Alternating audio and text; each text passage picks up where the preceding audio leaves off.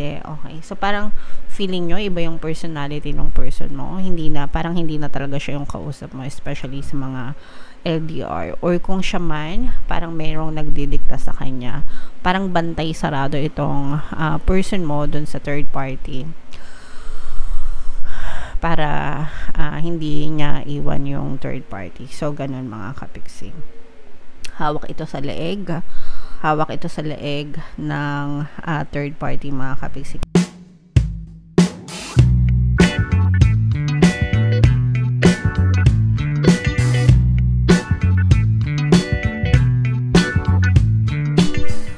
Hello guys, hello Virgo, welcome back to Pinay Pixie Tarot. Ang pamagat ng episode natin for tonight is feelings reading, anong nararamdaman niya sa'yo. So, titingnan natin kung anong nararamdaman sa inyo ng inyong partner o specific person. General reading lang guys, pwede mag-resonate, pwedeng hindi, combination ng positive and negative energy.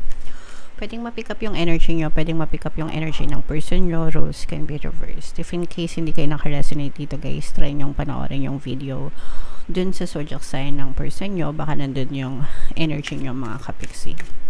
So, unahin natin tong deck na to guys. Ito'y galing kay Miss May Love Tarot.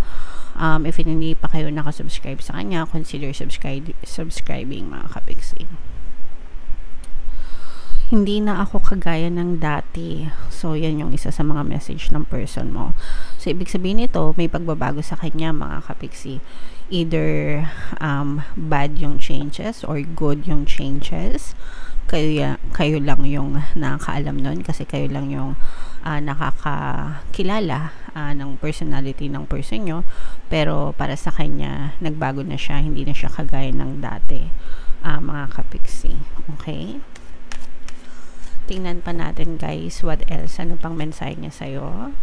May mahal na akong iba. So, pwedeng hindi na siya kagaya ng dati sa'yo kasi meron na siyang iba, meron na siyang natagpuan.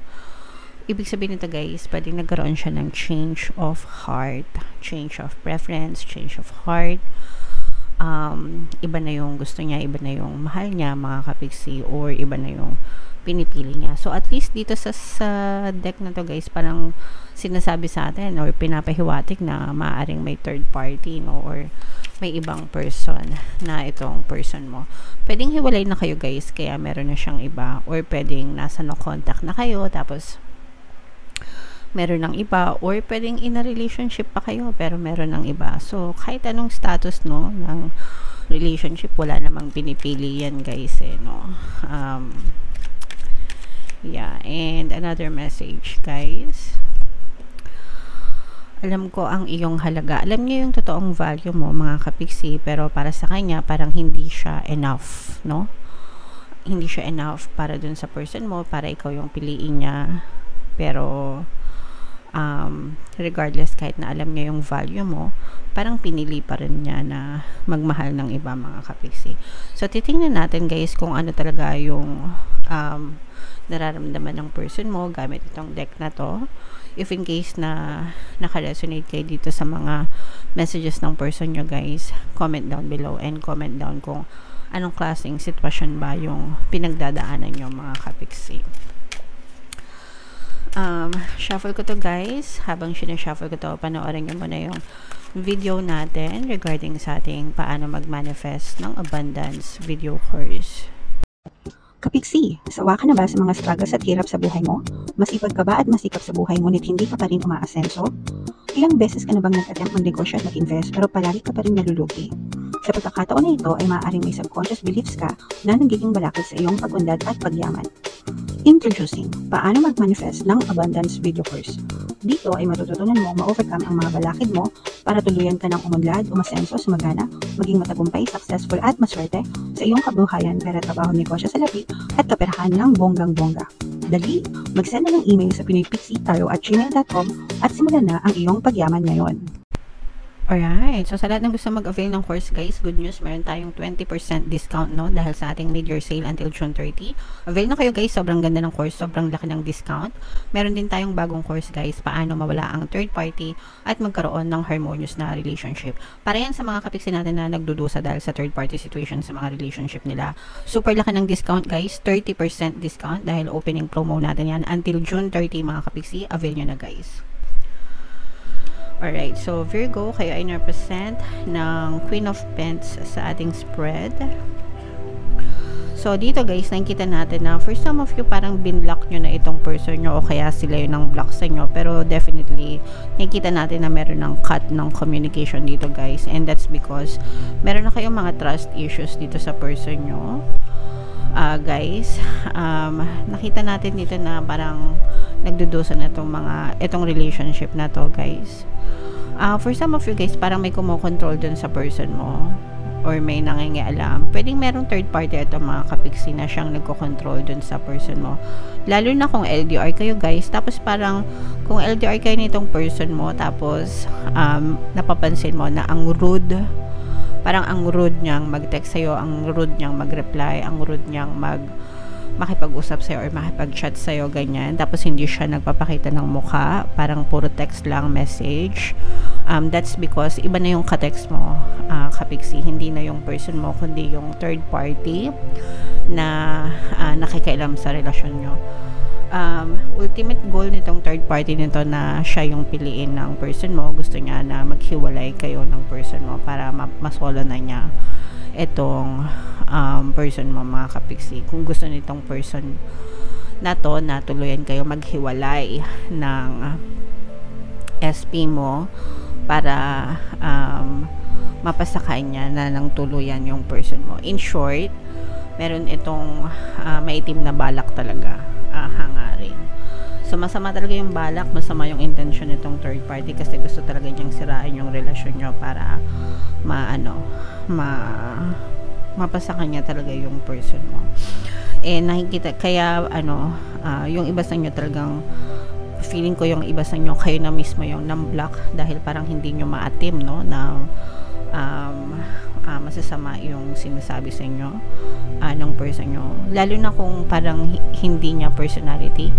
Kasi minsan may mga nababasa akong ganyan sa comment. Ibang-iba na siya kapiksi ang sama-sama na niya ngayon, yung mga ganun. Dati naman hindi. Okay. So parang feeling nyo iba yung personality ng person mo. Parang hindi na talaga siya yung kausap mo, especially sa mga LDR. Or kung siya man, parang mayroong nagdidikta sa kanya. Parang bantay sarado itong person mo dun sa third party. Para hindi niya iwan yung third party. So, ganun mga kapiksi. Hawak ito sa leeg. Hawak ito sa leeg ng third party mga kapiksi. Kaya, hindi lang, kumbaga, mas nahihirapan yung person mo kaysa sa'yo, no? Kasi ikaw, ang iniisip mo lang is nasaktan ka dahil dun sa ginawa ng person mo. Pero itong person mo, parang sabi ko nga, hawak siya sa leeg ng third party. So, yun yung karma niya, guys, no? Yung third party ng person mo right now, yun yung karma ng person mo. Kasi parang nakatagpo siya ng somebody na hawak siya sa leeg. And itong person mo, hindi siya lubos na magiging masaya dun sa third party. Kasi nga, sabi ko sa inyo, parang hawak siya sa leeg. For some reason, parang nagbubulag-bulagan itong person mo, no? Sa mga nangyayari sa'yo. Kasi nga, parang may takot itong person mo dun sa third party, mga kapiksi. Pero, babalikan nito ng karma, guys. Actually, yun na nga yung sinabi ko sa inyo kanina, diba? Yung person mo, karma niya na yung third party. And babalik sa kanila lahat ng masasamang ginawa nila sa inyo, lahat ng emotional pain na pinagdaanan mo, babalik yun sa kanila. Hindi magiging matahimik yung relasyon nila. Parang pilit, no? Parang pilit yung relasyon na ito. So, meron ditong presence ng fire sign, fire element, Aries, Leo, Sagittarius, pwedeng may fire element pwedeng fire element yung person mo, or maaaring may fire element kayo sa inyong natal chart. Magaling itong parang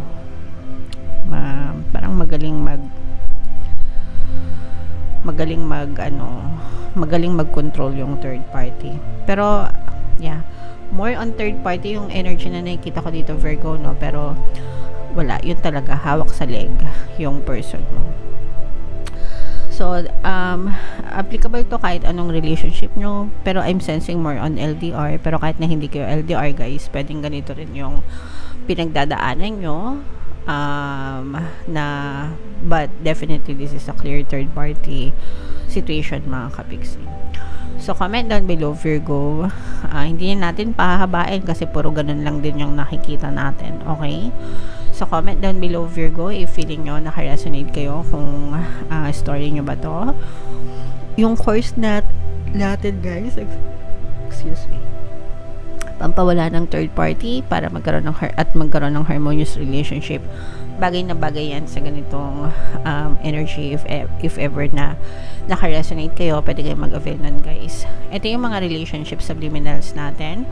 Pwede nyong pakinggan para makatulong sa inyo. And ito naman yung ating success stories ng paano mag-manifest ng abundance video course. Click here to subscribe, guys, and click here to join our membership program. Thank you for liking, sharing, and subscribing, and see you again next time. I love you all, guys. Have a nice day. Bye-bye.